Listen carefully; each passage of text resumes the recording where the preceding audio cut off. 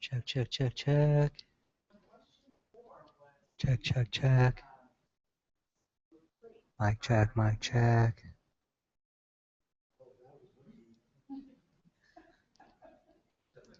Check, check, check, check, check. Mic check.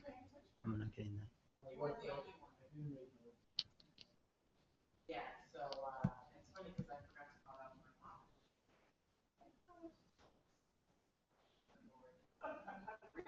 Hello, hello, hello, hello, hello. Hello. Hello.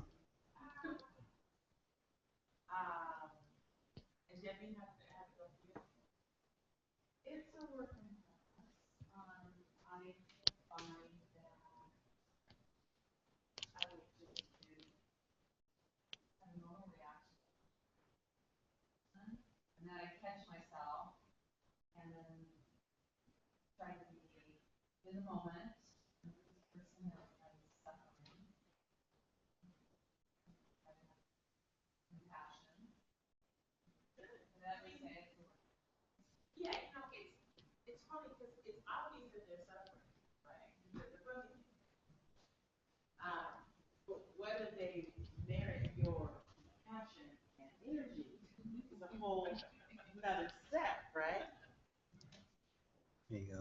Thank you. I remember this one. Let's try.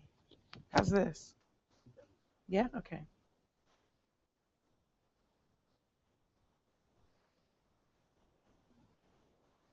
So Brandon is allowing me to walk around today without that massive electrical tail I had last week. David, did you try to get off your irritating person? Well, it's something I'm working on. Okay, but specifically last week. Oh yeah, last week just what I did was just meditated on them and being in their shoes. Yeah. Oh, that's good.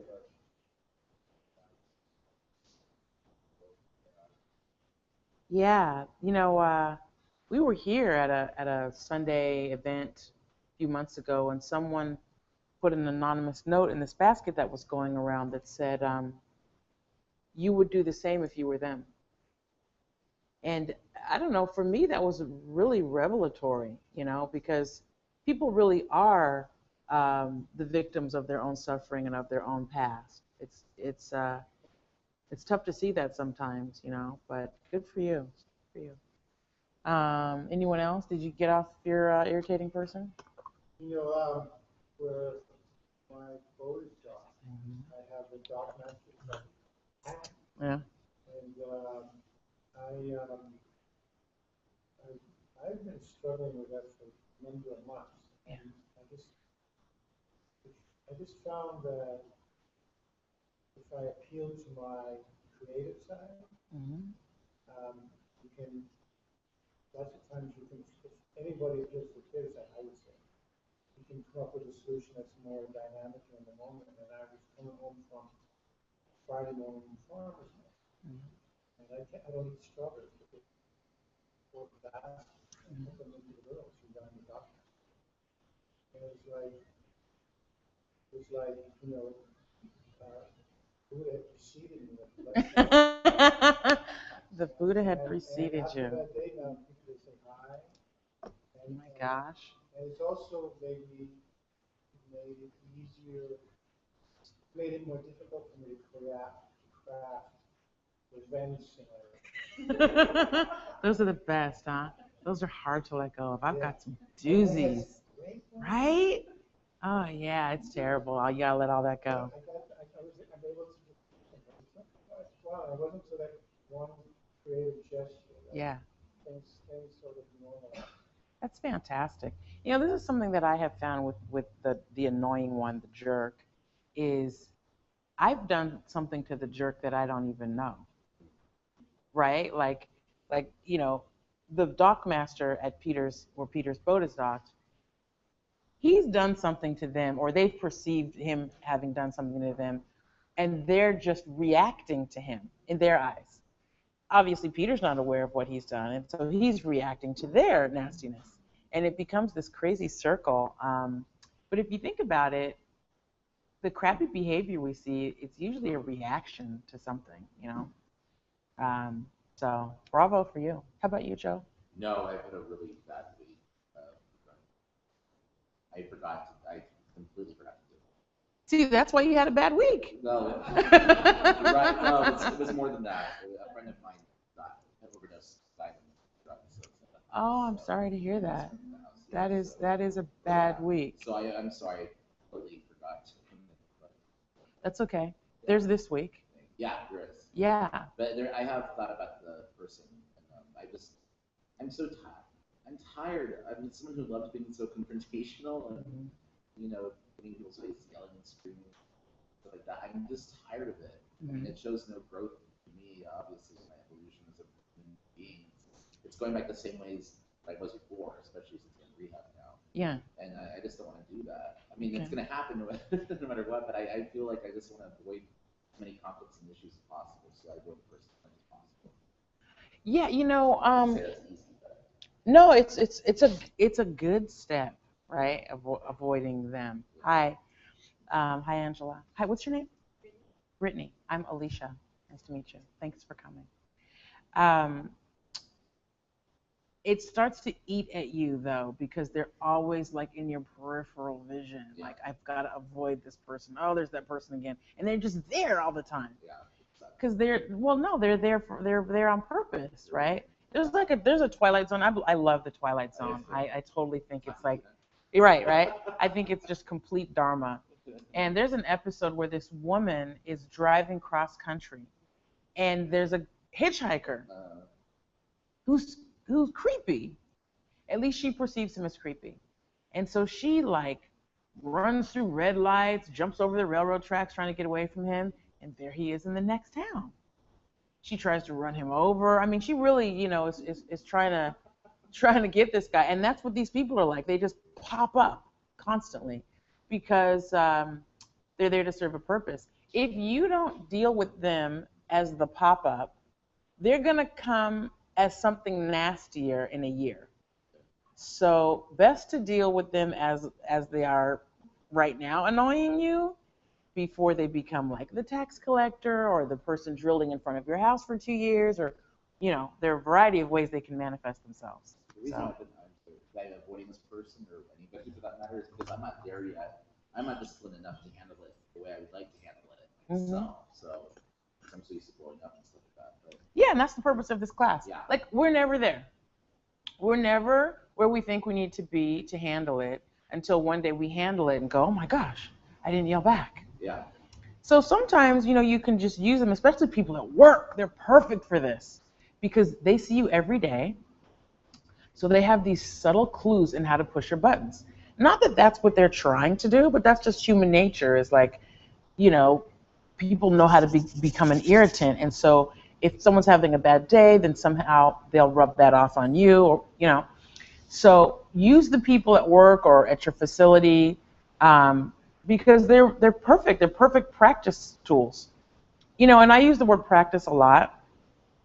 And I don't mean practice like there's something real after practice, right? Practice is like practicing the piano, where, you know, I'm learning how to play the piano and I need to have the sheet music. So I'm practicing, or I don't know, my mom would probably call it something else, but I'm practicing, but that just means that one day I'll be able to play it without the music. So your practice, you got your hand on the, and whatever else that'll help you, that just means that one day you'll be able to spontaneously think of how to help people and how to help yourself. So it's not practice that as if the work you're doing doesn't count. It absolutely does count. You know, it's not a rehearsal for real life. Okay, I just wanted to make that clear because sometimes the word practice sounds like, oh, it doesn't matter, it doesn't count. How about we do some prayers? Brandon, am I good to go? Yay! Okay.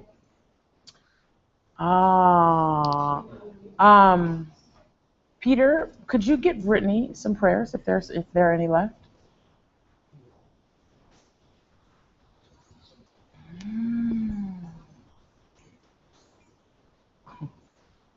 Angela, have you said prayers before? Have you done prayers before? Have you recited them? Once, okay. Okay. Hmm. So the prayers, just to go over, the first one is an offering of the universe, of the world. It's a request for teachings. So I'm not supposed to teach unless you ask me to. And then the second one, which we say 3 times, is going for refuge to the 3 jewels, which is, we're talking about how hard this path is and this work, and how we feel like we're not there yet. This is the kind of thing that you can take refuge in, that the Buddha has done it and has opened a path for you to be able to do it. The Dharma has been written down so that you can study it and practice it and work with it. And then your Sangha, your support members are all around you working the same thing. So it's really important when you start to break down or feel like you can't handle it and it's all coming down, think about those 3 awesome, empty things that can act as a support for you when you can't support yourself. You know that line about, when you saw one set of footprints in the sand, that was Jesus carrying you. So that's what this is. This is Jesus carrying you. Okay. Wow, you guys got your mudra and everything. You're so awesome. Brittany, will you show Brittany how to do the mudra? Brittany's like, I just wanted to come to class. I didn't know I was gonna have to say prayers and move my hands around.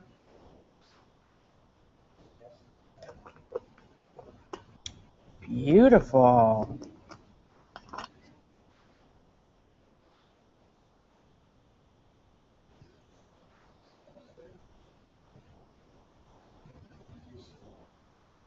Your ring fingers are touching. The back of your ring fingers touch. And then you pull down your pinky with your thumbs. And then you rest your ring finger and index finger together. It's good enough for government work. Okay, we good? Peter, you want to lead us?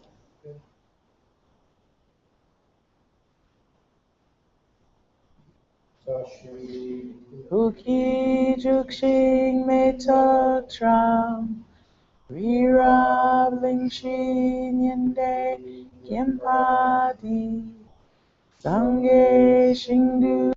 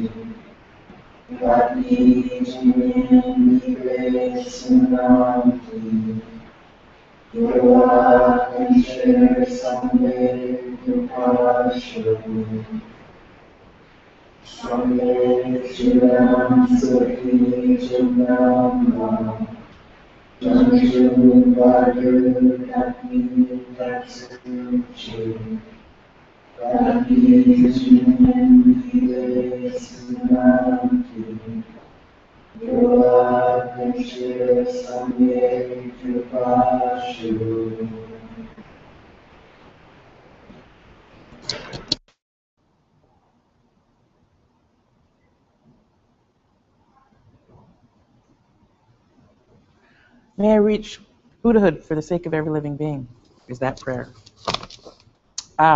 Okay. How'd the meditation go? Yeah? Bueno? Good. I like to hear that. What was the meditation? On the first four verses. Okay. Does anyone have? Yeah. No. Does any? So what were the verses? Okay. When we serve, that all beings are regarded as treasure. Yeah. Precious like a wish-giving jewel, right? Wish-giving gem. Okay. What's a wish-giving jewel? What is that? What's that refer to? Like, why does that come up? How is it possible that anybody could be more precious than a jewel that would give me anything I ask for? Because you really don't know what you want, because you don't know what you want. Right. You really don't know what to ask for. Exactly. You don't know what to ask for. You don't know what you want. We had someone last week who was awesome who said, yeah, I wouldn't be asking for enlightenment. Oh, yeah. So, okay, good. So that's verse 1. What's verse 2? Something about Wherever I am, whoever I'm with. Yeah, man, second. I like that. How about last? May I see myself as lowest of all, and may I see others as the best. So we said last week this is not an invitation to low self-esteem. So what is it? Why would I see myself as lowest, say in a room full of people? Why? So you can learn? Sure, absolutely. So you can learn, but why would I place myself lowest and think of other people as highest? I mean, I could learn from someone who I'm on par with. That's where bodhisattvas and bodhisattvas offer a service for yourself to others. I like that. We're all bodhisattvas. That is awesome. There's a tendency with all of us, I think, to be super humble and think, oh, I'm not a bodhisattva. A bodhisattva is someone who is filled with the wish to achieve enlightenment for the sake of other beings, right? For the sake of all sentient beings. So most people hear that and say, oh, that's not me. That's hard work. I don't know about that. There are people I don't like. So I invite you to get up in the morning and look in the mirror and say, I am a bodhisattva. There's a musician named Prince, who I love very much. And he gets up, or I don't know if he still does this, but he used to get up every day and look in the mirror and say, I'm the best guitar player, I'm the best dancer, I'm the best composer. And he'd psych himself up because nobody else was going to say it, right? And eventually, at least for him, he became those things. He became super great, very, very talented in a variety of disciplines. And that's what you have to do. You have to start the energy of your bodhisattvahood. No one else is going to give it to you. So you got to get up in the morning and say, I am a bodhisattva. My life's purpose is to save other beings and to save myself, right? And then all of a sudden it becomes true. So thank you for saying that. Yeah, that's. But so the main reason that you want to say, hey, look, in this room full of people, let me make sure I view myself as the lowest and they're the highest, because I'm surrounded by Buddhas. Potentially, if you're lucky. I think I might be surrounded by Buddhas, right? I'm here at Mahasukha. I have this wonderful life. It seems like it's not a coincidence, so perhaps you are all here to teach me. And can I go wrong thinking that? Not really, right? I mean, you really just can't go wrong by thinking I'm surrounded by Buddhas. Let me shut my mouth and listen to the lesson they have for me. So that's verse 2. What's verse 3? I'll tell you, in the middle it says, stop it immediately. Right, very good. Once in a while, you're going to get upset or have a bad thought in your mind. Stop it immediately. The minute you start to feel bad towards someone, face it and admit it's your problem. Why stop it immediately? Why not let it go on a little bit so you can just, at least in your mind, get that bit of revenge on them? Like, why stop it immediately?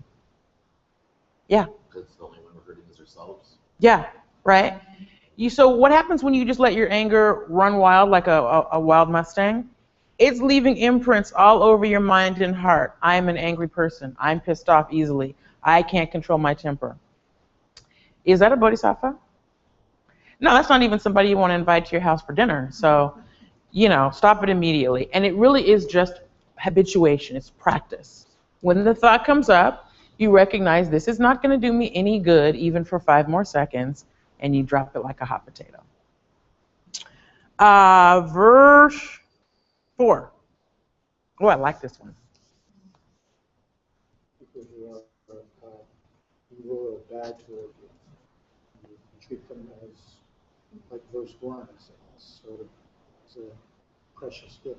Right. Bad people are hard to find. Now, you might say, no, they're not. There's one right next door. But if you think about it, if you've practiced at all for any period of time, they start to disappear. It's weird. It's not a mistake. It's not a coincidence. They start to disappear because your karma is starting to improve. And so, why in the world would I be happy to find a bad one? Like, I've gotten rid of all this mess, and now here comes a jerk. Why am I happy about that? They can teach you. Right. If you're still here, you still have something to learn. But because your karma is getting better and better, the lessons have to work really hard to find you, right? So when be like, oh yes, great, let me use this now. Because here's what happens if you don't get the lesson from the jerk now. Is you die, you have to come back in another body, you have to find Mahasukha again, and you have to start this work all over again.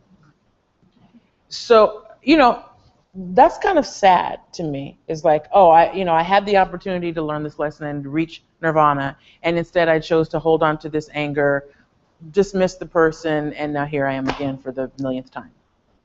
So hard as it is, think of it as a workout. We talked about personal trainer last week. Just think of it as a workout for the most precious muscle that you've got, right? Your heart. Okay, verse 5.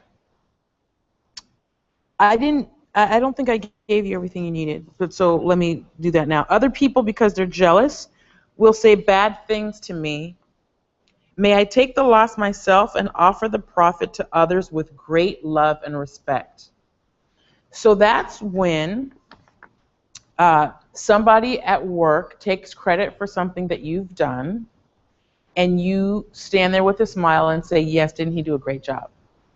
So it's tricky because you don't want to help them make bad karma by lying, but you also want to, let someone else take all the credit that they feel that they need. So it's a fine line. You're always having to. So you might want to take someone aside and say, hey man, you did do a great job. I just want to make sure that you're aware that it was my idea or whatever, so that you can help clean up their karma. But in front of the boss, just be like, yeah, Pete did a great job. It burns, right? Like, you have come up with this awesome idea. So not only do you not get the praise for it, but you've got to hand it over to some jerk there that's stealing the idea from you. It's almost impossible, And I hope that you get an opportunity to do it. And while you're burning and while tears are forming in your eyes, you're saying, I'm burning off this bad karma. I'm accumulating awesome merit, and I will not have to go through this too many more times. I'll tell you this later, but I got a funny story about that for you. So here's what people say when you tell them this 5th verse. They're going to take advantage of me. I'm leaving myself wide open to be taken advantage of. How's that a fallacy? How do we know that's not right? Like, Peter, how do you know the dock master isn't now going to take advantage of you being nice and like ask you to do things that you don't want to do?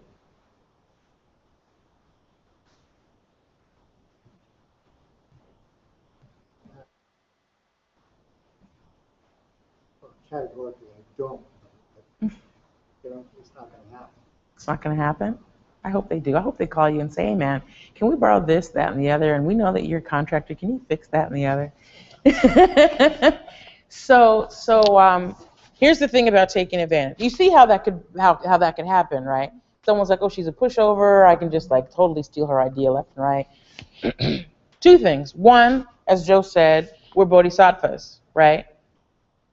Our goal is to give people their every happiness. If it makes them feel happy to get the raise and take credit for some project that I'm not going to remember in 2 years, fine, here you go. You know, like, great, I've made you happy. The other thing is, there's no way somebody can take advantage of you if you haven't planted the seed in the past whereby you've taken advantage of somebody else. And the only way that it's coming up is because you didn't clean it up.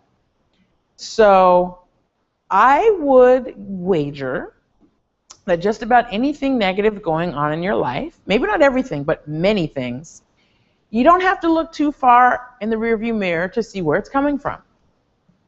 You know, like this guy that went off on me last week, I didn't have to think too hard about, oh, how could he speak to me that way, right?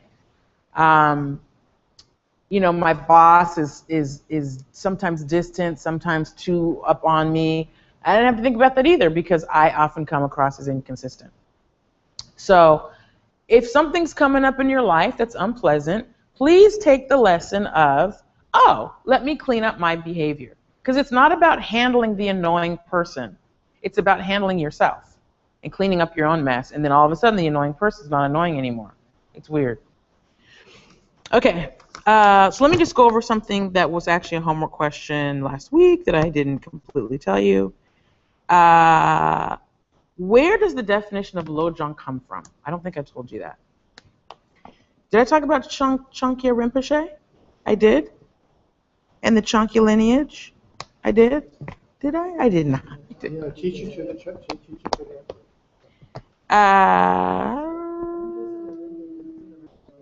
yeah, it was in the reading, but no, that was somebody else.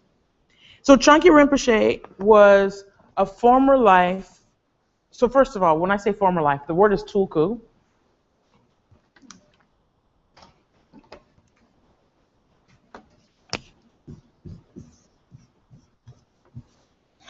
Tulku. Can everybody see that? Yeah.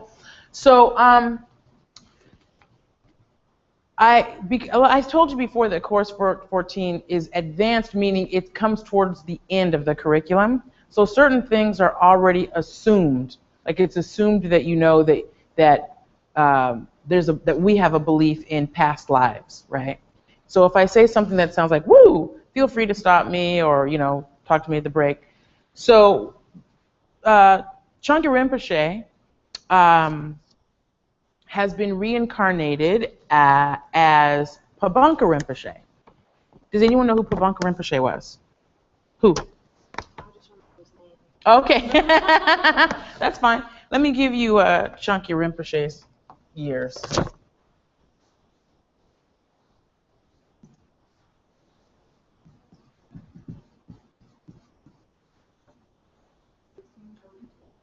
Thank you to 1714. What's happening around 1642? I mean, come on, that's not that long ago. You guys should be able to remember. When was Shakespeare? When was 1600? When was so 1642 is before the Age of Enlightenment. It's just getting ready. People are learning how to wash their hands and take more than 3 baths a year. That's the average around this time in Europe anyway. It's when you're born, when you're baptized, and when you get married. Those are the 3 baths you get around 1600. So Pabonka Rinpoche wrote a book called Liberation in the Palm of Our Hands, sometimes called Liberation Thrust in the Palm of Our Hands. And his years were 1878 to 1941. He was the teacher to the teacher of Geshe Michael. So Geshe Michael, Kin Rinpoche, Trijung Rinpoche, Pabonka Rinpoche. Lobunka Rinpoche gave this awesome 24-day teaching, and it's been written in this book called Liberation in the Palm of Our Hands. And his student, Trijung Rinpoche, spent the rest of his life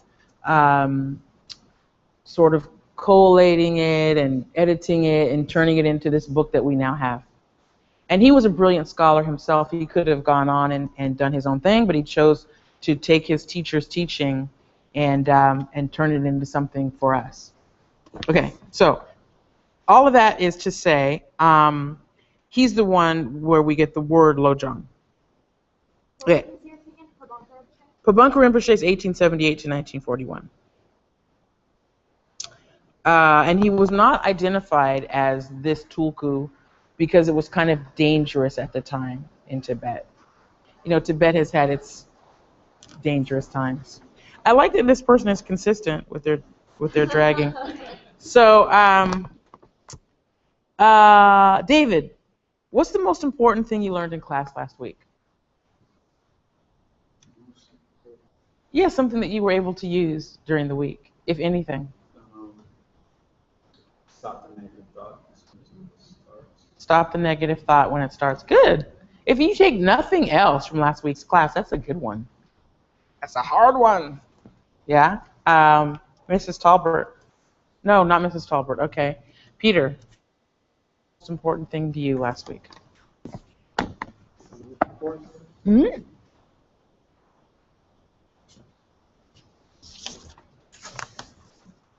Pretty much just the wrestling with the idea of those 4 verses. Yeah. Okay. Sort of a continuation on a theme. Got it. Continuation on a theme. Okay, super. So Chankya Rinpoche gives some advice on how we take the loss and give someone else the good tidings. Give them the opportunity. It's with love and without regret.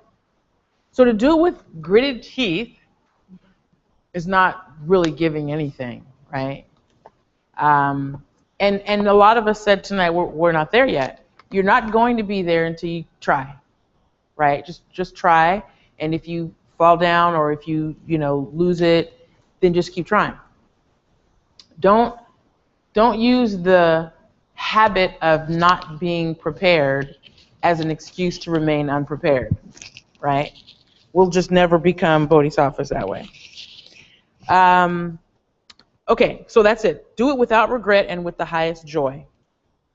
So who knows the story of Pavlov's dog? 2 people? I find that hard to believe. 3, okay. Brandon? No? So the story of Pavlov's dog is this. There was a researcher, a Russian guy, who would ring a bell right before feeding the dog. And so the dog began to associate the ringing of the bell with dinner. So all Dr. Pavlov had to do to get the dog to start salivating was ring the bell. Okay, I say that because you can habituate yourself to be the kind of person who takes the loss in any situation. If you do it and are regretful about it and are not happy about it, you're confusing your mind. So what happens is when the opportunity comes up, your mind will say, "Oh yes, I'm to give and be generous," and it's gonna not feel good, right? So you're just kind of polluting your mind. So let go of the regret, let go of the ill will, and just be joyful about it and happy about it. Yeah? Okay. Mm-hmm. What you just described, if you're going or do the path as a result, and I am a Buddha, Yeah. then when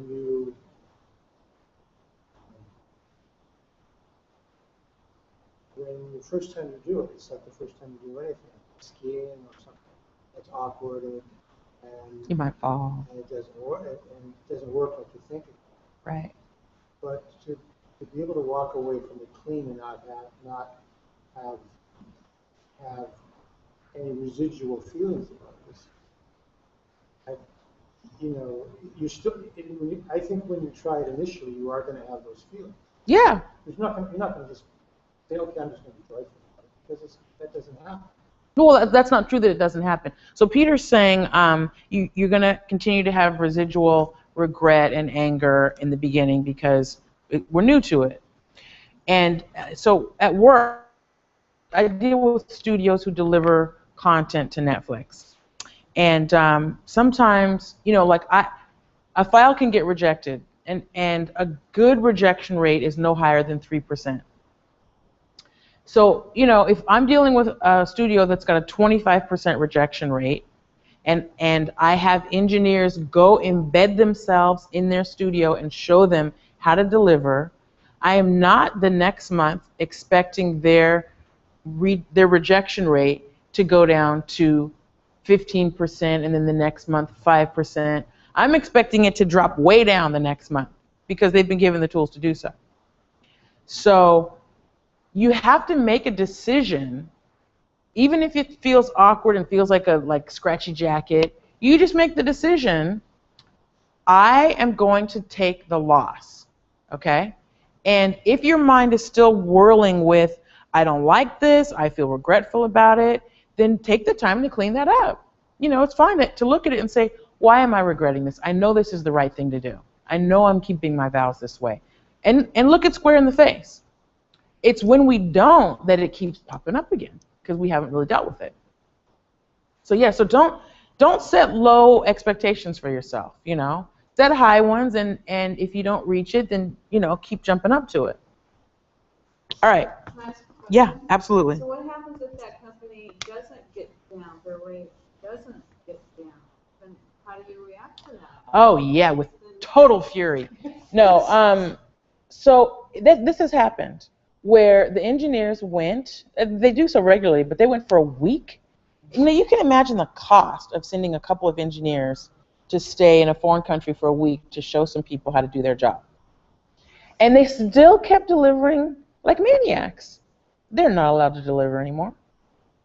This is very rare, Usually people want to get paid and want to be able to be customers, so they get their act together. And genuinely, they may just not know, or they're a small company or whatever. But once someone gives you the gift of here's the manual on how to do it, my expectation is, yeah, okay, next month you're going to have this together. No, 70% of the time it happens.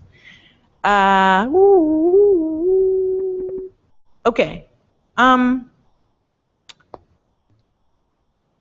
want to give you 2 rules of thumb for zhonging your life. What does zhong mean again?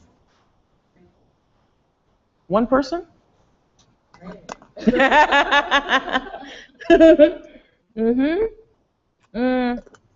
are a lot of people out of town, and so the few of you here are having to carry the full burden of my questions.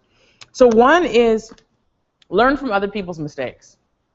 You do not have enough time left in this lifetime to do all your own F-ups and learn from them and try to figure it out. Please observe everyone else's screw-ups and learn from them. See someone else screaming back, see somebody else cutting people off on the 405, see somebody else, not doing their homework, or whatever it is that you need to be doing. Learn from that and don't do it. It's a great rule of thumb, because if you think that the only way that you can learn something is to experience it yourself, it's going to take how many lifetimes? Okay, this is just a tip from my own practice. The other one, okay, so there are 3 ways that you can trust information. One is through your own personal experience, right? You put your hand on the stove, it's hot, you can trust that that's not the thing you want to do with your hand. The second is a trusted, certified authority. So if you're Lama or a Dharma teacher who's, Marut, or your trainer tells you, hey, don't put your hand on the stove, you can probably trust them, right? Similarly, if an authoritative book like the Dharma, a user's manual, says, hey, don't put your hand on the hot stove, you can trust that as well. So those are the three things that you can rely on, and that you know, the latter two make it so that you don't have to experience everything yourself. Okay, my second tip is decide not to be annoyed. Okay, when we moved in here, or at least very soon thereafter, I started to hear bumping against the wall there. And her, and doom, doom, doom, doom. And I was like, whoa, this is gonna be a problem, because we're meditating and we're doing yoga, and they're doom, doom, doom. And I made a decision right there on the spot. I love it, right? Because what are my choices? I hate it means I hear every kick, every holler, every beat, and I don't have any practice. I start to hate Mahasukha because of the boom, boom, boom. Or I can say, I'm going to like it, and grit my teeth, and that's just as bad as number one, right? That's kind of what you were talking about, like you're just faking it. Or you can decide to love it and enjoy it. I love hearing them kicking and hollering and their music, because they're just trying to do what we're trying to do, right? They're doing something positive with their minds and their bodies. They're learning how to become great protector angels for people. So I hear the music and I'm like just incorporated into the class. It's awesome. It's too bad they're not thumping right now. But so you can do this with everything in your life, just about, right? Karma does not mean, so karma is your past actions flowering now, right? Does it mean that it controls your reaction to whatever's flowering right now? No, right? Not at all. So just because someone yelled at you yesterday and you've yelled at them 100 times in the past, or your sister pushed your buttons a certain way and you let her have it the same way for 50 years in the past, that does not mean that you have to do it today. So decide not to be annoyed. That doesn't mean that every time you're going to win that battle, because sometimes these things come out of the blue and you don't have your bodhisattva armor on, right? But when you have it on, use it. Okay, those are my 2 tips for you. Learn from others' mistakes and decide not to be annoyed. So, Geshe Michael said, I listened to the recording, and he said that this class, of all the 180 classes, was the hardest for him to teach. And that's because he knew that the students' minds were going to rebel and revolt and not want to listen to this. Because it puts the responsibility and the work squarely on you. And it's not homework like that you can write down. It's not something you can memorize. It's not, this is heart work that you have to do in your house, with your kids, at work, with your parents, And to say to someone, yeah, just take it and be happy about it and don't have any regrets about it, it's almost impossible.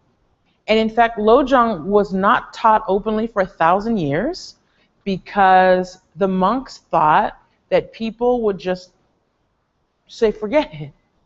It's too hard, not workable, dismiss. So they only taught it secretly to like supercharged students for 1,000 years before someone finally said, hey, I think we can manage, let's try. So that's another reason why this comes really late in the curriculum, is this is hard work. I'm not gonna lie to you.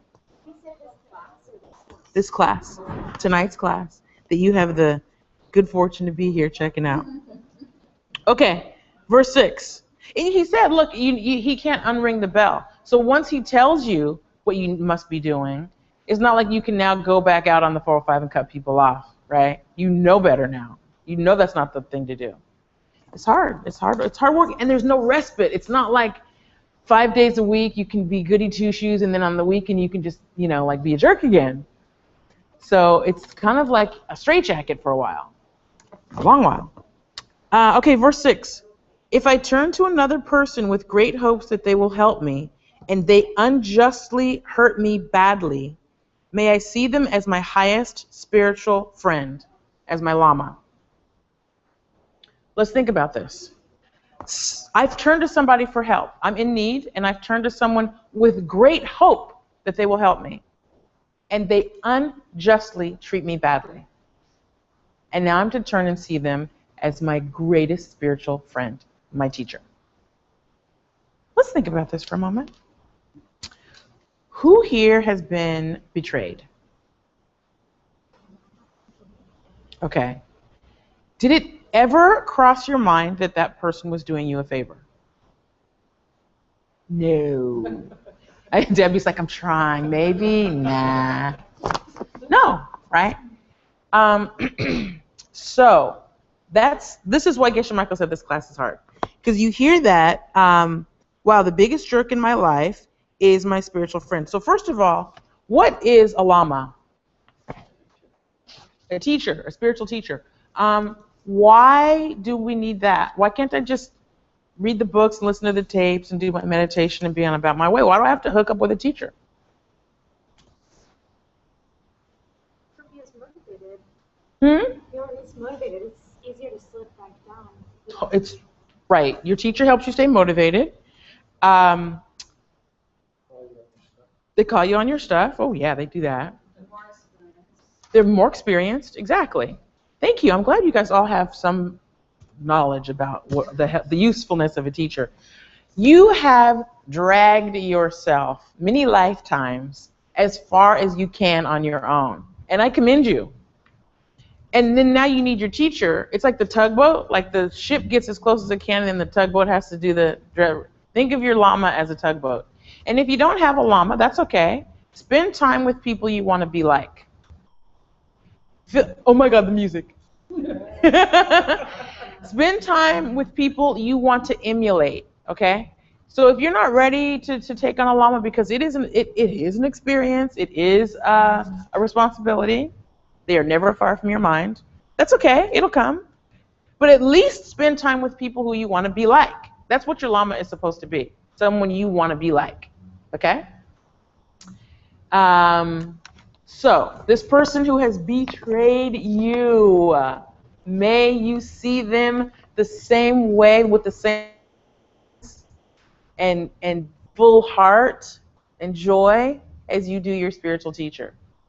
So think about that person who betrayed you, and and think about the good that they did for you. You are a loving, compassionate, kind person, or otherwise you wouldn't be here tonight. There are a bazillion things to do on the 405 between your house and here, or the 10 freeway, or wherever you came from. So this person didn't kill your compassion. They might have even stoked it up a bit. You probably have not done to somebody else what they did to you, because you know how much that hurt.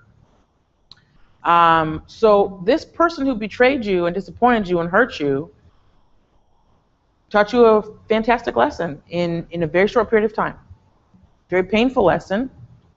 Hopefully one you don't have to relive again. But that's what this verse 7 means. I'm sorry, verse 6 means. Still exists in your life who can irritate you. It's a barometer of your state of mind right now. It means you still have work to do. So go to work, let the jerk push your buttons until you don't have buttons anymore, right? And then somehow that person gets transferred, they die, they move away, they become your friend, like they transform every time. Okay, any questions so far? Yes? So with verse 6, isn't it kind of, your fault for getting your hopes up in the first place? I mean, if we aren't expecting anything from that person, we wouldn't be. Wow. That is a good question. Isn't it your fault for getting your hopes up? I don't know. I mean, I think that there are certain relationships that come with a certain degree of expectation, like your spouse, your best friend. And these are the people that can really hurt you because you do expect for them to love and take care of you.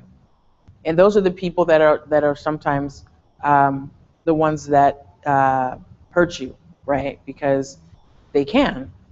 Joe Schmo on the street can say whatever he wants. He can call you ugly and God knows what else. You don't care. You don't know him.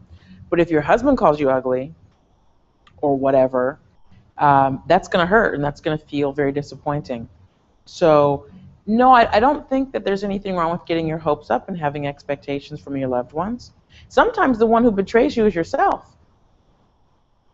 You know, you really have high expectations of yourself, and sometimes, you know, you've made a commitment and then you flake and you're not working your practice the way you should, or you drank, or there are a million ways you can disappoint yourself.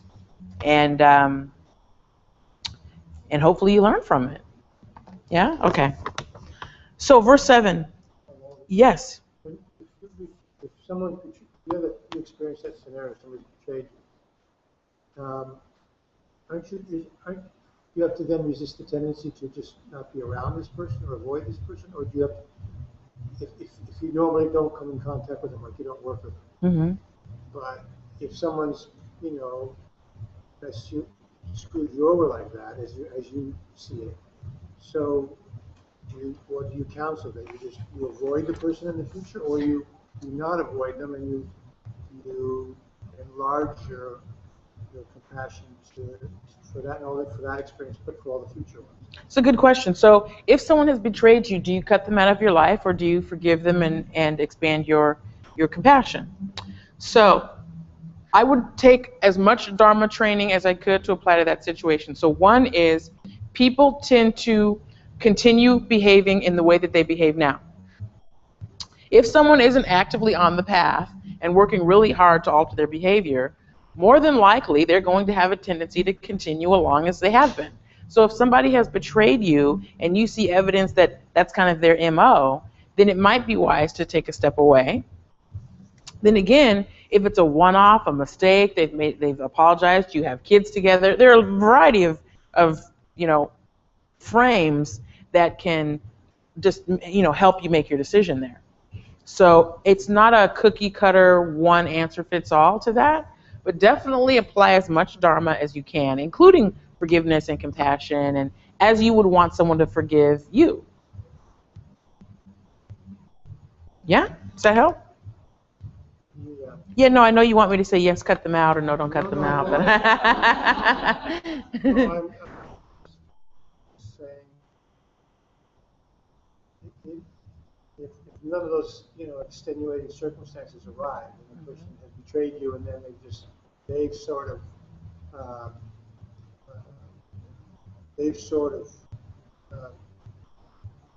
kept their own silence and their own distance because they sort of know deep down they have. Mm-hmm.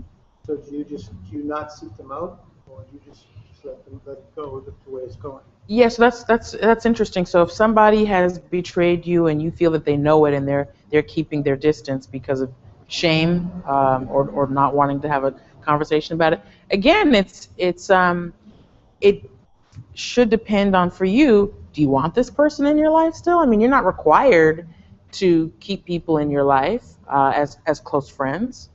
Even bodhisattvas don't have to have everybody tight up on them.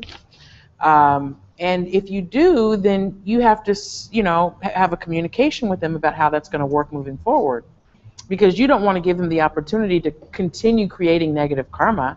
That's not good for them, and it's not good for you either. Okay? Okay, good. So how does Yeah. that score with verse 4? Sorry? How does that score with verse 4? Loving the bad people as gold. Okay, so it doesn't say that they have to be married to you and up on you all day, right? It's that, you know, like when you encounter someone who's done something to hurt you or will do something to hurt you, take the lesson. But hopefully that's not a lesson that has to repeat itself too many times. Okay? Okay, in brief, verse 7. May I give help and happiness to all my mothers, directly and indirectly, and may I take on to myself secretly all of their bad deeds and suffering. So first of all, let's talk about this business of all my mothers. That's everyone, right? How can that be? How's everyone my mother? God help me. Past lives, right? You've been here so many times that you have been everyone's mother and everyone has been your mother countless times. And I don't mean here, planet Earth. I just mean you've been doing this cycle. Suffering, dying, reborn, aging, suffering, dying, reborn, over and over again. So many times, not getting it, not getting it, not getting it. It's a shame to get this close and to perhaps not get it again. So, you know, hint, hint, do the homework. So that's what it means when it says all my mothers, right? I want to give them all the help and happiness, every living being. Directly and indirectly means directly, right? Like I want to be generous and loving and helpful. Indirect, oh my God, there are people dying in Africa of Ebola. Not a lot I feel I can do about that. I can do what's called a Tonglen meditation. And we'll, if we have time next week, we'll actually do it in class. But it's a meditation where you actually breathe in all of the hurt and despair and suffering of one person or many people, and you destroy it with your own breath and your heart. Another version of it is where your breath is going out and healing everyone who walks through it. So in your mind, you're imagining people all over, I don't know, Liberia with who might be affected with Ebola, walking through your healing breath.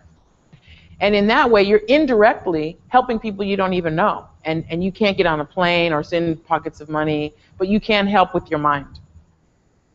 The thing is, since the world is showing up for you based on how you've acted in the past, your mind really is a powerful tool in transforming that world, right? If you see yourself even indirectly helping people, it plants a very powerful seed for you as a bodhisattva and as a Buddha. Yeah, clear? Okay, bueno. So, may I take on to myself secretly all of their bad deeds and suffering. Anytime someone's going to get hurt or someone's going to suffer, let me take it to spare them. Why me? Like, why am I saying offer this to your friends and loved ones, that you take on their pain, even if it's just mentally? Why you? Totally. We can do it. We can take it, right? That's one awesome thing about this path is this whole roller coaster business with emotions can go, right?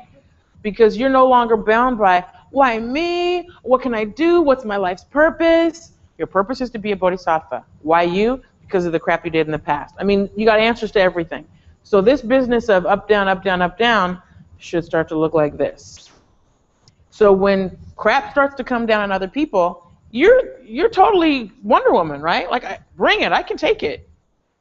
So that's the thinking that you should have in mind with verse 7. Okay. Getting close to the last verse. So when he says to do it anonymously, that's not the word he used, secretly, here's what Buddhists around here do. They put little chocolate bars in people's bags. And at first I didn't like doing that, and that's just an example. I mean, I found all kinds of hidden goodies in my bag before. But I didn't like doing it at first because people would like run around saying, who gave me this chocolate? Like you had stolen their firstborn child. Because people are not used to anonymous gifts, you know? They feel like obligated to return the favor, and it just feels weird. Whatever, like, that's on them. Keep giving anonymous gifts, keep being happy about it. After a while, you won't even remember. The person will be running around saying who did this, and you won't even remember that it was you. So that's just a start, you know, is to give anonymously. If you can give more than chocolate, you can pay somebody's bill for that month who's running low on cash, or you can set somebody up with a GoFundMe whose kid is going off to college. I mean, there are a variety of things that you can do. Lori makes fantastic kombucha. Nobody has asked her to. And it's funny because now I'll just sit back like, where's the kombucha? And someone opened the refrigerator and there was nothing, and there was a collective like, oh my God. So that's a great, I hope it wasn't an anonymous gift because I just blew your cover. But that's a great okay. But that's a great gift. So when you're doing your Christmas to Mom from Lori, you can leave off the from part, just to Mom. One of your gifts, just do that, like it's from Santa, you know? And then you don't have this whole braggy, like I'm so awesome thing going on. Yeah? Okay. Oh, so we talked about our mothers. Something I want to say about my mother's business, everyone being my mother. It's both wonderful and sad, right? Why is it wonderful that everyone has been my mother? Or we could relate to them. Right, like compassion shouldn't be too hard to come by if I see that you've been my mother, if I feel that, right? But why is it sad too? If everyone's been my mother. They're gonna die. Uh, That's not what I mean, yeah, I mean. does it say because everybody is their mother? I don't know. That's not wrong. But that's not what I meant. Like it's sad for me that everyone has already been my mother because there are how many sentient beings? How many times have I done this and not gotten it right? So it's great that I can relate to everybody, but it's also pretty pathetic. So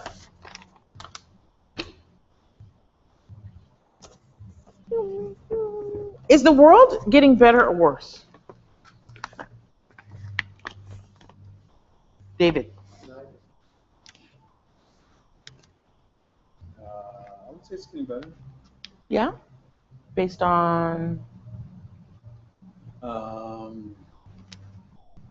In technology, like life expectancy, we're living longer, we're curing diseases. We're living longer, we're curing diseases, technology. I agree with all of those. Like if you need time to work out your bad karma and develop some good karma, then the longer you live, at least relatively, right, the more helpful this life is. I don't know about you, but I still think of Google as a miracle. That I can go on my phone, and it tells me everything. It tells me everything. Like the few times I've tried to call up something on Google and it hasn't given me an answer, I'm like, oh my God, what in the world's happening? So, and in my lifetime, we had encyclopedias, right, that you pulled off the shelf and that were out of date as soon as you had it delivered. So in my life, I'll tell you some things that have happened in my lifetime. Blacks in South Africa can vote. They can be out after dark. This is in my lifetime. We have a vaccine for chickenpox. I have scars on my face from chickenpox. You probably have had a chickenpox vaccine. You did not. Oh, I'm so sorry. How old are you? Oh, well, there's a vaccine now. Okay. So there's a vaccine. There's no more polio. There's no more smallpox. I mean, these are huge, huge miracles. And in a previous class, I talked about crime statistics. I think, believe it or not, rape in the United States has gone down 75%. Genocide has gone down worldwide. Like you wouldn't believe. I mean, it's unbelievable. We still have hot pockets erupting now and again, but it's not like whole races get wiped out and people are like, oh yeah, remember them? Remember. So the world is getting better, and why? Anyone? No, but I mean, like, what's the cause for the world getting better? Feels like there is now. And there's a spiritual awakening. It seems like there was one in the 60s. Mm-hmm. In the 60s, that was an opportunity to maybe awaken. Okay, It died, and it feels like it's back again.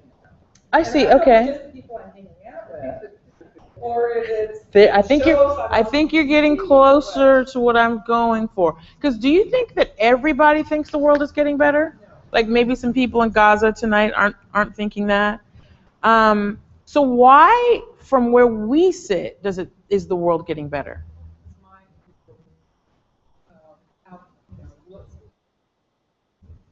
Your individual perception of the world is getting better. Exactly. Why? Seeing I'm starting to shift in the way I think, in the way I react. Yeah. Why? I'm not suffering as much. Why? Because we've been here before, we learn. You're not suffering as much, and you're learning more, and you're putting things into practice because of your past actions, right? You've done something to help others learn. You have done something to help ease others' suffering. And that's the only way that you can see the world getting better.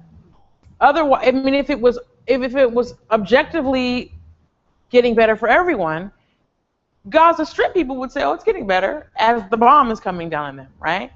So you're in the position that you're in because of your past actions, period. And I'm going to go over some more of that later on, because it sometimes feels like, oh, that can't be. You know, I don't have Google because of I taught someone something in the past. Yes, you do. Yes, you do. And every time you boot up your computer and type in Google, you should say, oh my God, I taught someone in the past, and keep teaching people. Otherwise, Google will go away. Every time I see some weird shift with Google, like them in Silicon Valley and stuff to go, they're buying this, and I'm like, oh my gosh, what do I have to do to keep this karma going? Okay. So verse 8 is super important. So Diamond Lion says that when you do the practices of developing a good heart, when you practice Lojong, don't pollute them with the 8 corrupted thoughts. And there are 2 lists of 8 that he could be referring to, so I'm going to give you both of them. 8 worldly thoughts.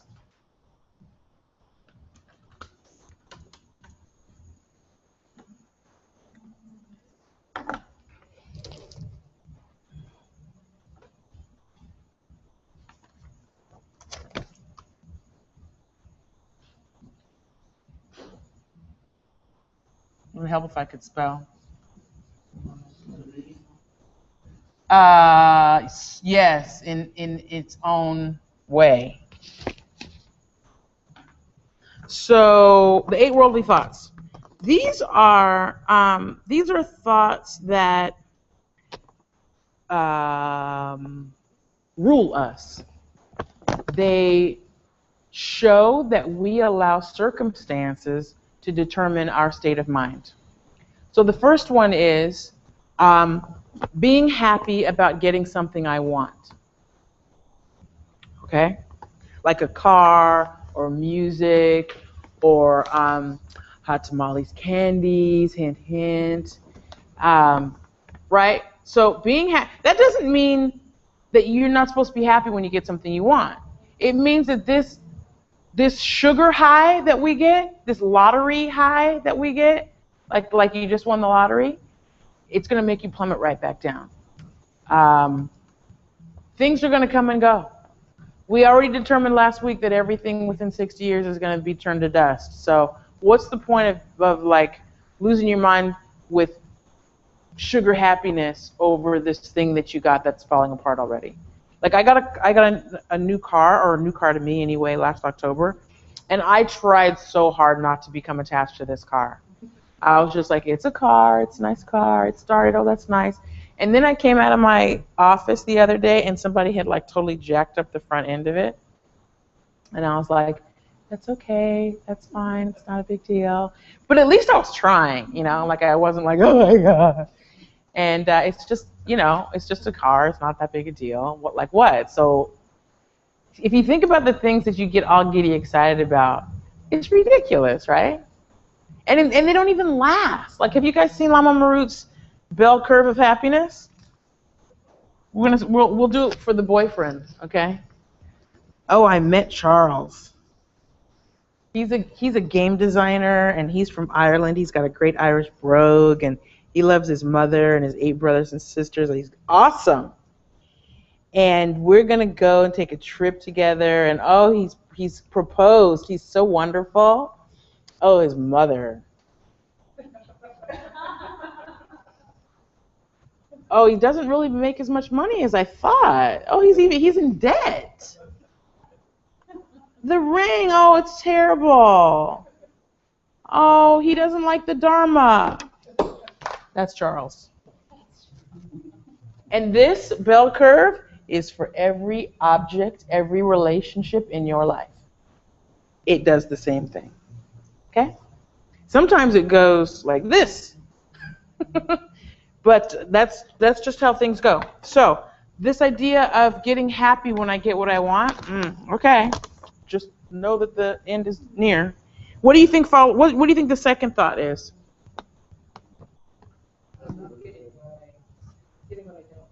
Being upset when I don't get what I want. We've all experienced this. I experience this in some form every day, where I don't get something that I want. It could be something small, like I don't want the dog to lick me in the face, and he has licked me in the face. Or I have to go be in line at the DMV. Why do I have to be in line at the DMV? Why can't I just do it online? Little all day long, all day long, all day long. Destroy your happiness. Just let it go, right? You have to go to the DMV, go to the DMV, talk to the person next to you, have a good time. Your dog licks you in the face, at least you have a dog that loves you. And so on, okay? If something goes wrong enough to catch your attention, it's either an opportunity to see how far you've come, because you can just take it, or how much work you have to do. Usually it's both, right? You have come far, and you still have a little work to do. Otherwise, this thing wouldn't be annoying you. Okay, number 3, being happy if you feel good.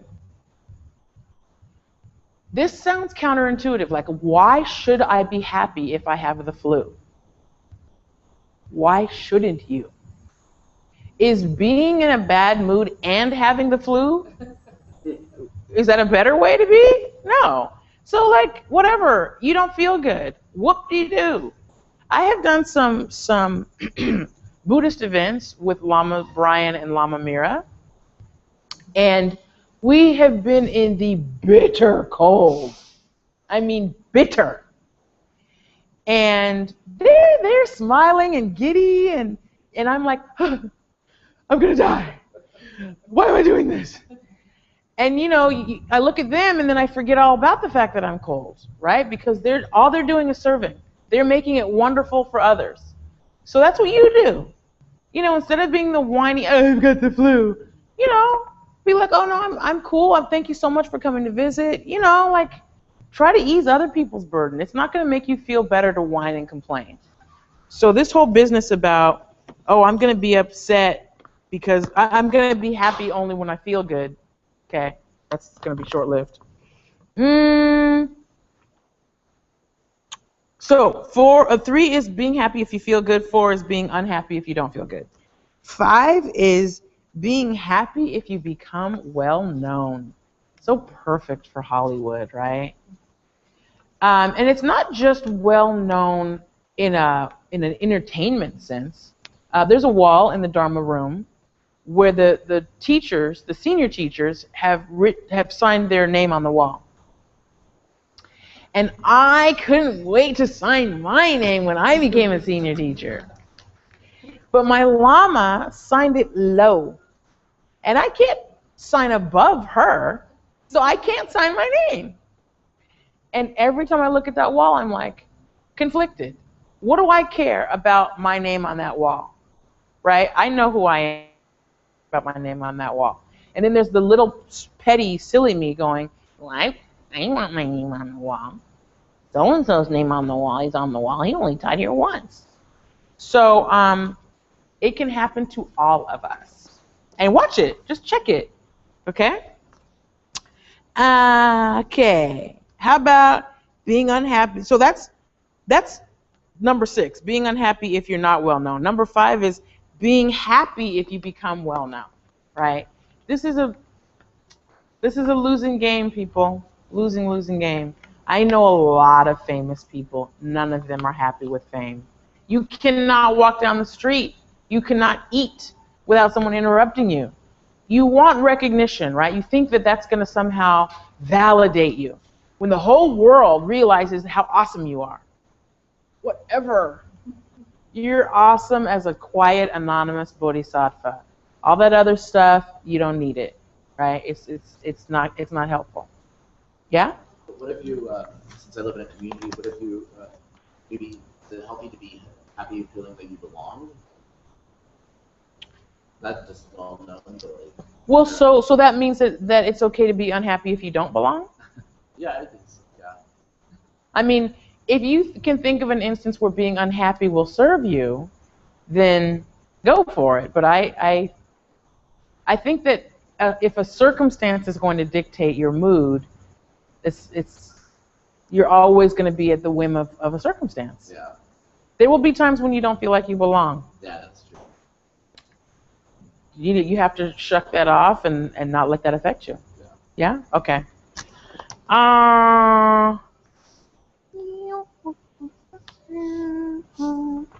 7. This is a good one. Being happy if you get praised.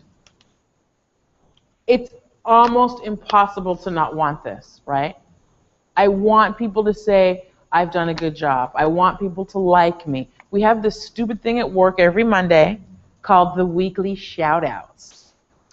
And that's where people say any shout outs and someone goes, oh, well, Jessica helped me out with such and such last week. Oh, well, Ryan, he taught me how to do such and such last week. And every week I'm like, I better get a shout out. I better get a shout out. I helped all you people last week. I better get a shout out. So then if I get a shout out, I'm like, this is so ridiculous. What do I care? And if I don't, I think, this is so ridiculous. What do I care? So, you have to catch yourself. Even in these little, small, ridiculous moments, your mind is still begging for it, right? So that's 7, being happy if you get praised. And 8 is being unhappy if you don't get praised. So, in other words, don't let circumstances control your state of mind. Okay?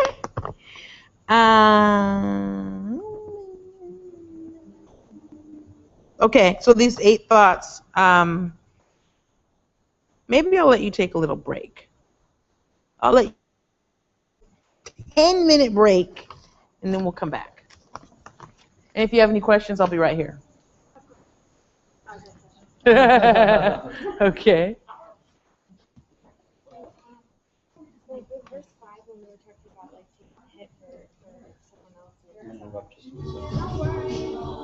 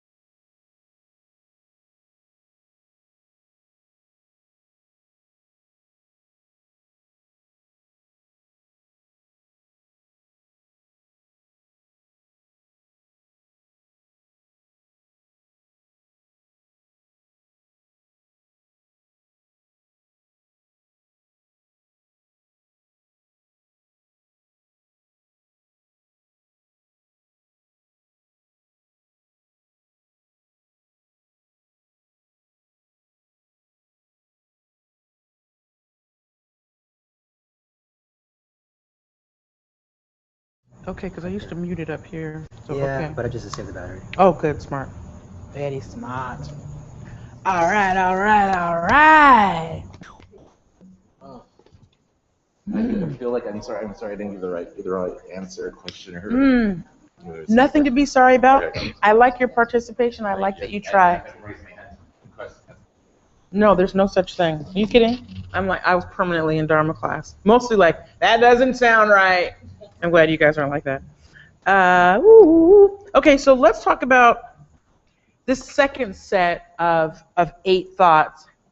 It has to do with emptiness.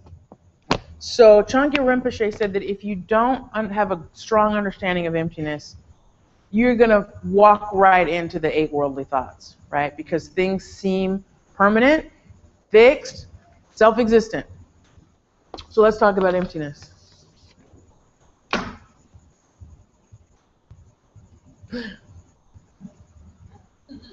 What's this, Debbie? It's a pen, right? Can we all agree that it's a pen? No tricks. If my little dog came in the door, what would he see it as? A chew toy, a treat, exactly. Is my little dog wrong, or am I wrong? Okay. Now, many of you have heard this pen story multiple times. I'm going to tell you what I used to think when I would hear the pen story. Human beings made the pen and named the pen, so they're right and the dog is wrong. This is how we walk through life. That's my husband, so he can't be a jerk like she says he is. That's my house, so it can't be an eyesore like they say it is, or whatever, right? That's the same exact thing. Is we get this arrogance about my opinion that makes things self-existent in our mind. Self-existent the way we see them, okay? I was at a dinner party years ago. I told my mom this story, and my mom had the perfect reaction. And so my dad was a prominent lawyer in LA, and I went to this dinner party, and the hostess said to this other lawyer, "Hey, don't you know Jimmy Tolbert?" Instead of saying, "Oh, this is Jimmy's daughter." And so the guy that she said it to said, "Oh, that asshole?" And I was like, "Oh."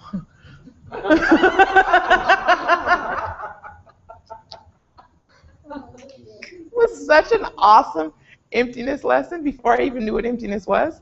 Because obviously my dad, my hero, great man, just long list of accolades. Not to this person. I still don't even know what that was about, but it was such, right? You see something the way you do because of your past actions. You see this as a pen because of all the things that you've done and all the ways that you've lived and the education you have has forced you to see this as a pen. You cannot see it as a chew toy. What it means to be a dog is that being is forced to see it as a chew toy. Okay? So that's a really small introduction into what emptiness is. All right? You have to have that kind of thinking in mind to practice Lojong. Otherwise, the jerk at work is a self-existent jerk from his own side. I don't care what his mother says, he's a jerk. That's what you say to yourself. I don't care that he has friends, they're jerks too. Yeah. Just a quick question, I'm so sorry. So Don't be sorry, either ask it or don't ask it. does that mean like demigods and gods can see it as something else and we're not able to see it as that? Since it is Their karma is such that they only see pleasure, right? That's what it means to be a pleasure being, which I'm very dangerously close to.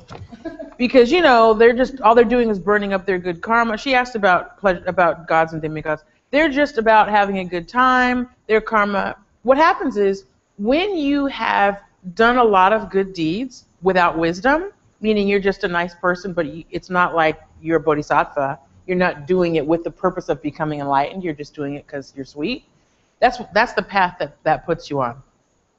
So what happens is you've accumulated wonderful masses of great karma, but you don't have any wisdom, so you're just having a good time, and then all of a sudden that karma runs out. So you don't want that to happen to you. But no, it's not the same thing. But interesting question. Okay, so wrong view means thinking that things have some essential nature that's fixed, that has nothing to do with you. We think that all the time, right? That's just how we're made. We think this thing is good, this thing is bad, and it's coming from its own side. And you have to constantly check yourself and challenge yourself. There's a teacher here named Lama Cliff, and we were having this great debate. And I said, well, that means that you could look at this rug and say that it's green, and it's obviously brown. He's colorblind. And it was kind of at that moment that I got a tiny glimpse of emptiness. Like, I could say green until I was blue in the face, and he cannot see green. So, is he wrong? Like, in my mind, I'm like, well, poor him. He's blind. He's colorblind. He can't see it. And he was like, she's like attaching something to this rug that's not here. So even something that you feel is as basic and essential as color, that's empty too. We did an experiment like a couple of years ago. Do you remember the experiment with the baseboard? Where I asked people what the color of the baseboard was, and we had 15 different answers. And everyone was like, no, it's blue, whatever. And, somebody said green, khaki, whatever, and somebody else was like, no, it's gray, and that's emptiness, even at a basic level like color. It's things like long, short, all of that's, the word relative gets you close to what emptiness is, right? If something is relatively long, that means to somebody it's long and to somebody else it's not long. Or relatively old, relatively beautiful, relatively whatever. It's, okay, so, there are 8 wrong ideas, 8 extremes, we'll call them, that will make you fall off this cliff into not seeing things as they are. 8 extremes, we'll call them.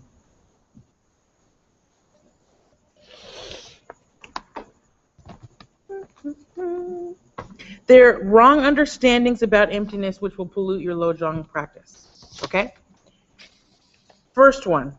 These were put together by Arya Nagarjuna. He lived around 200 AD. He was a fantastic man. He was he's where we get a lot of our emptiness teachings from. Arya Nagarjuna, 200 AD. What's an Arya? What's a realized being?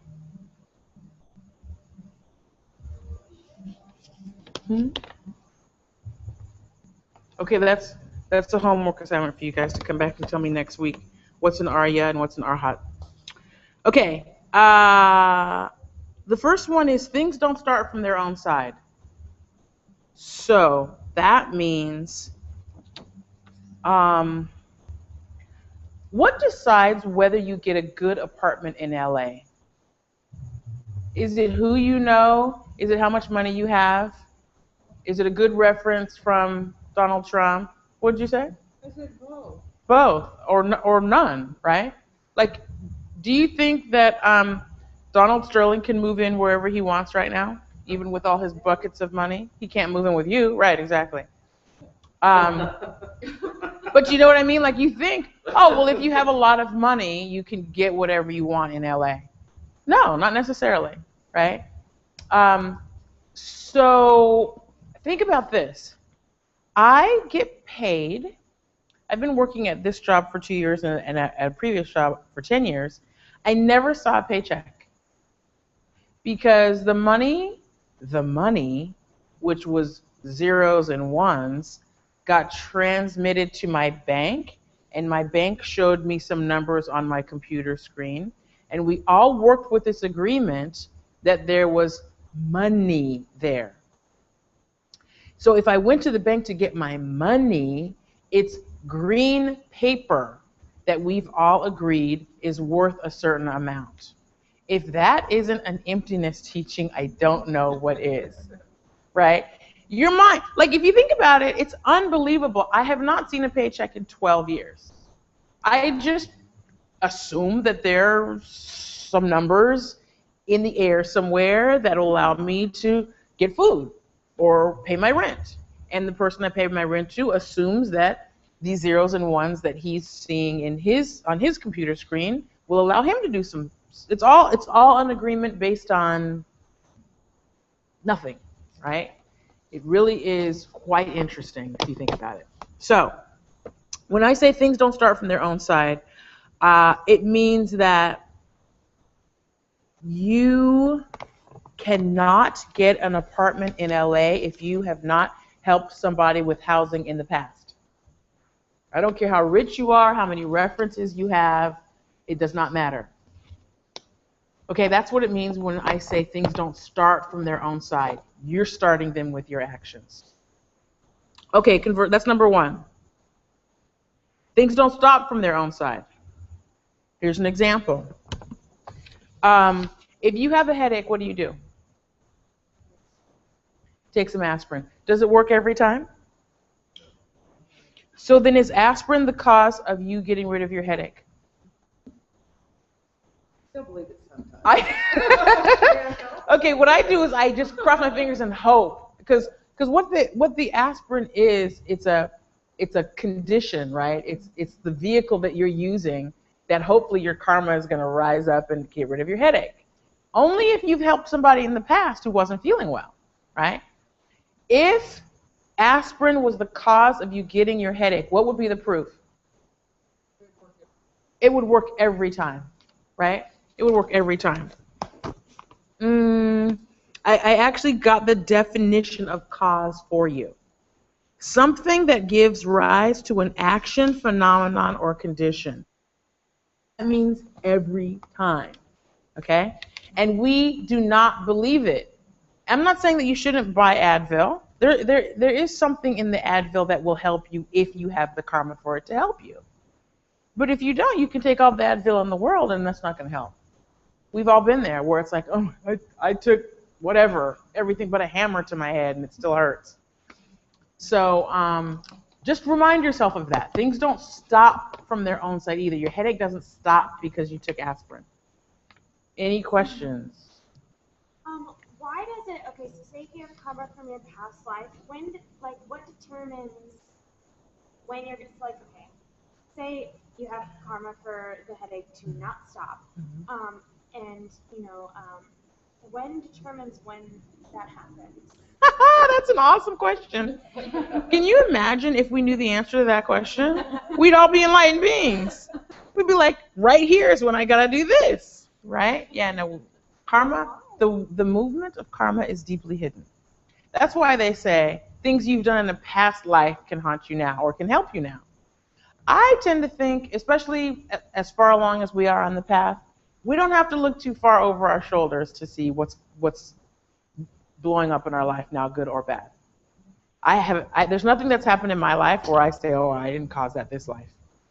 The good stuff and the bad stuff. So yeah, if we knew like, oh, this is gonna flower in 5 years, we'd be. But I want you to get to work on that. Okay. Okay, 3. It's called takpa. Takpa is an unchanging thing. We think that things are unchanging, okay? There are very, very, very, very, very, very, very few unchanging things. But when you think about the jerk at work, you're thinking about him as an unchanging thing. He's always been a jerk, and he's always going to be a jerk until I kill him, right? That's how we think. And thankfully, things are mitakpa.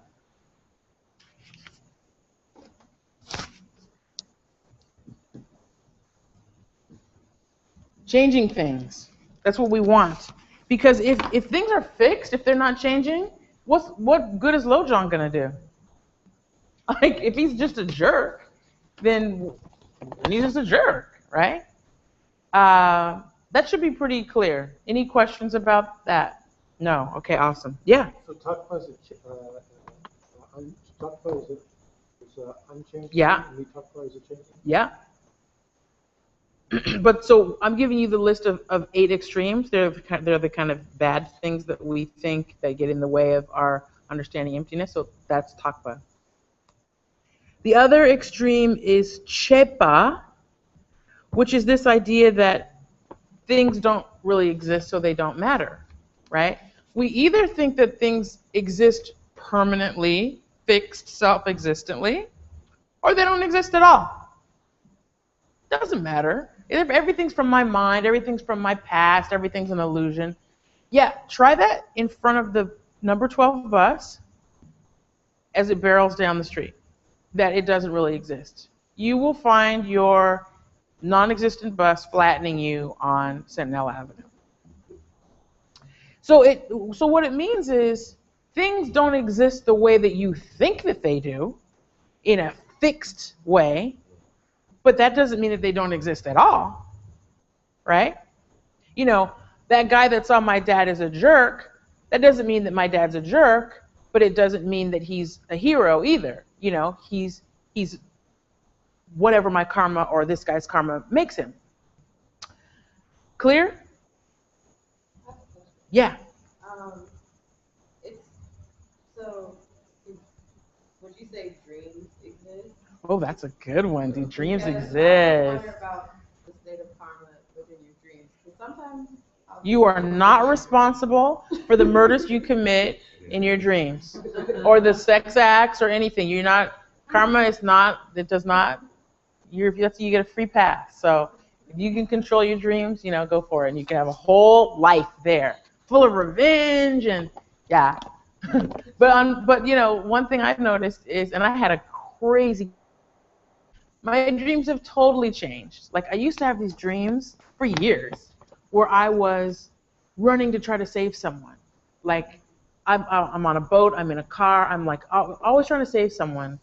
And now my dreams are like, I'm at the Staples Center watching a concert and I'm flying around the stage. And, you know, as you get happier and as your stress goes down and as you're actually helping people, your stress dreams go away too. So you'll stop murdering people and So what do you do in your dreams that you're concerned about karma catching you? Well, just I get scared a lot. Oh, okay. So Okay. I always wonder about that scared thing. You know what, that is coming up in a second. We're going to talk about fear. I'm glad you brought that up. Okay, so we talked about Takpa, we talked about Shepa. The next one is going. We believe that things go. And to put this in simple terms, that's going to break your brain, get ready for your brain to break. We believe that things grow, right? We believe that a sprout or a seed becomes a sprout. It grows, right? Wrong. At what point is the seed no longer a seed and it's a sprout?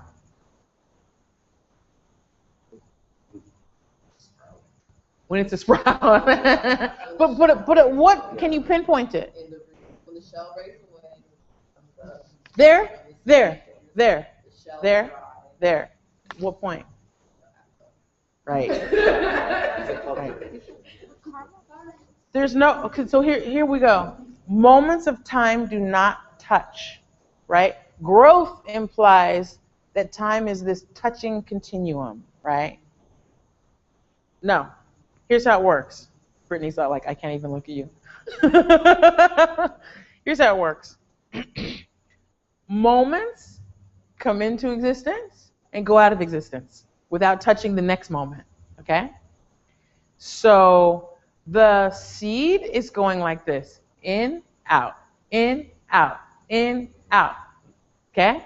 Sprout, like that. I know that's like so hard, that hurts. Yeah. Like moments because it depends on water and sunshine. Sure it does, sure. But the actual seed becoming a sprout, you cannot pinpoint that moment. That's how you know that things don't grow. Okay? So your mind, what's happening is you did something in the past, good or bad, and that moment, that karmic moment, is now going to flower into a new moment, and then that moment dies. And then another karmic flowering happens in the next moment, and then it dies. And because we don't like to fix our minds like that, we think of things as growing. But it's when you look at something closely, you realize, of course, nothing works like that. Otherwise, I'd be able to pinpoint the moment that the seed dies and the sprout is born. Okay, if your brain isn't broken, then you're better than me. No, I broke your brain. Okay. The seed doesn't die. No? No. Where does it go? We just don't see it. We don't see it. Right. Mm-hmm. Well, how can that be? Okay. It has become the sprout. It has become the sprout. Yeah. In what moment did that happen? When it bursts open. You're doing what Brittany just did. What specific moment can you say, not seed, but sprout? At that moment. At that moment. Okay. Okay, well, you just hold on to that. I'm going to give you another example. Okay, so things don't grow. Things also don't become, okay? The seed does not get destroyed as the sprout comes into existence. That just does not happen. The lesson to take from that is don't judge other people. Don't hassle people. Nothing is coming at you like this, right? It's like this, right? You've said something, here it comes. You've done something, here it comes. It's not exactly like a boomerang, because it never comes back exactly the way you've sent it out. That would be nice too, if we knew when and how it was coming back. And these are hard concepts. I'm not gonna lie to you. That's why it's called emptiness.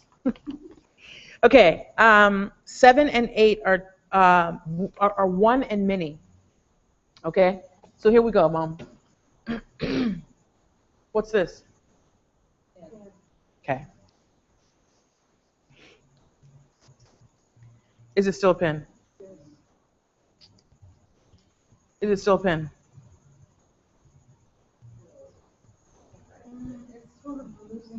It's losing its penness. Okay, okay.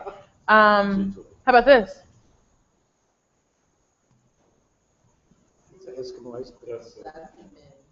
So if I said, "Hey, Mom, did you want to borrow a pen?" and I handed this to you, you wouldn't look at me funny?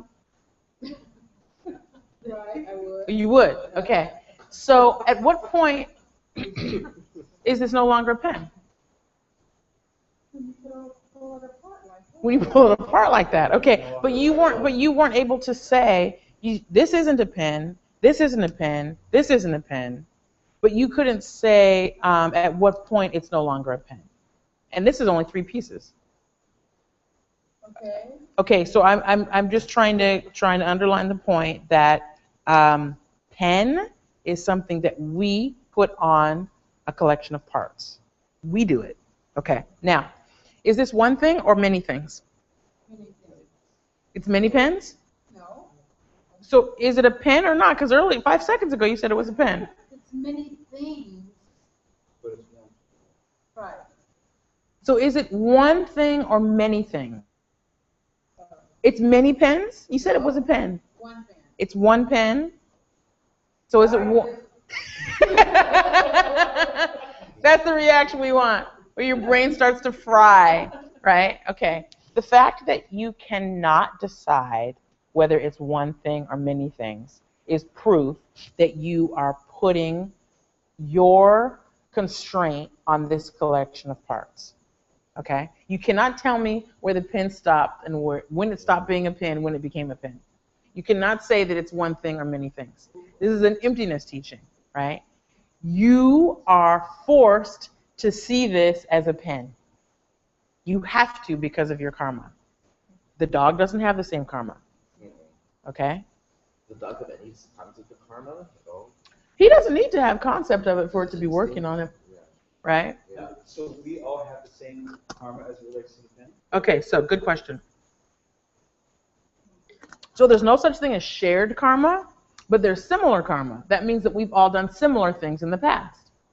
So people who get jacked up in a tsunami have all done similar messed up things in the past.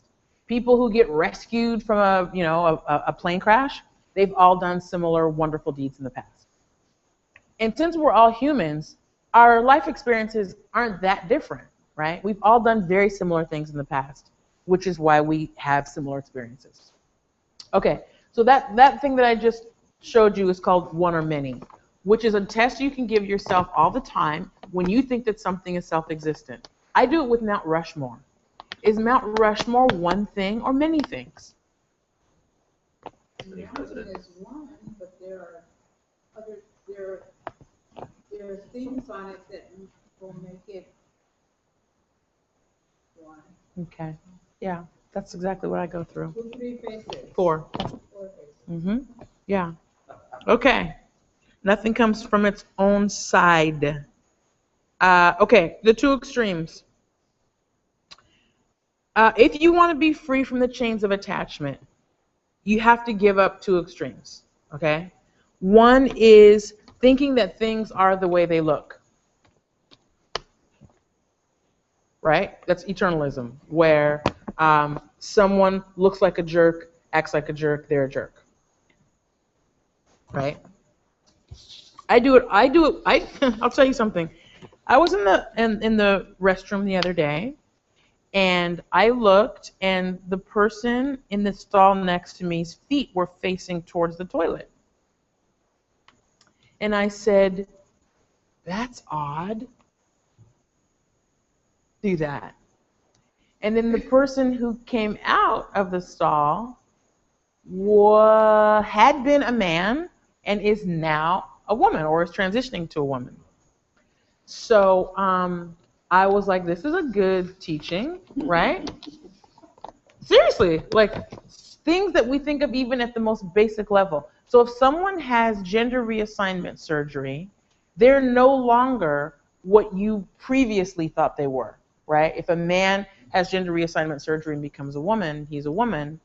That means it's something that you think of as basic as human being or male or female. Even that's changeable, right? I was so happy when I got out of the stall, and I was like, good lesson, thank you. So believing that things are as they appear is a trap. Things are not as they appear. That's one extreme, is believing that nothing exists, and we talked about that. That's nihilism. If everything is just colors and shapes and it doesn't matter, then how are you going to help people? How are you going to get enlightened? Right?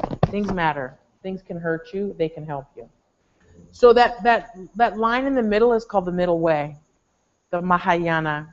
And that's what we are, right? We're a middle way center. We try to keep our thoughts in the middle. We try to keep our actions in the middle. We want this. We don't want this, right? So try to keep from falling off either of the two cliffs, right? Where things have to be the way they appear, or things don't exist and don't matter at all. And that is tonight's class. So you have another homework assignment. Thank you for those of you who did last week's homework. I'm proud of you. And for those of you who did not, please get on it. It just helps seal in the teaching. And if you're trying to get this stuff, then that's the best way to do it. And it doesn't take long. How long did it take you to do the homework? Oh, yeah. Very nice. Okay. Go online and you do your homework, not been corrected, go work story, I'm into it. She's a very thorough grader. She's free. She does not take bribes, but I would suggest that you take advantage of her while you can, because there are a lot of us who had a tough time finding people to grade our homework when we were going through these courses, and you need it to graduate. So thank you, Mom, for being my corrector, for being our corrector. So skip. That's right, you can get a certificate. Skip question 1 and replace. I have done blank for the person who irritates me, and it really hurts. And analyze why it hurts. Yeah. I have done blank for my annoying person, because last week's homework was to get off of it in some way. So, for those of you who said you're not ready, then analyze why you're not ready. My annoying person or my irritant. For them meaning in order to stop seeing them as my annoying person. And it hurt. It didn't feel good. It didn't feel helpful. I felt regretful about it. Why? Okay, we good? All right, let's do some closing prayers. And, say it like you mean it. In fact, let's do them in English. Woo, woo.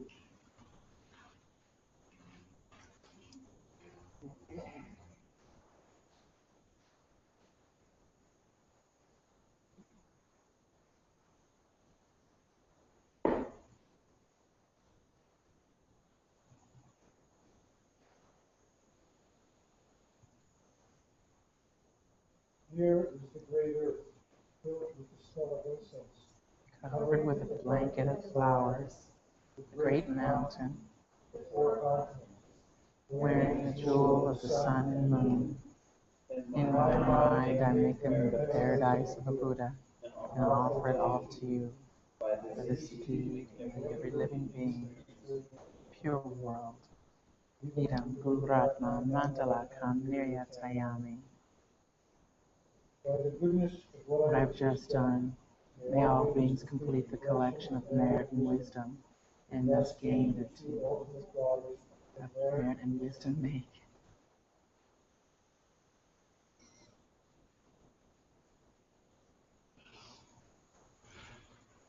Great, good work, y'all. Thank you. Thank you for coming. And I wish you very, very good luck in your coming Lojong week.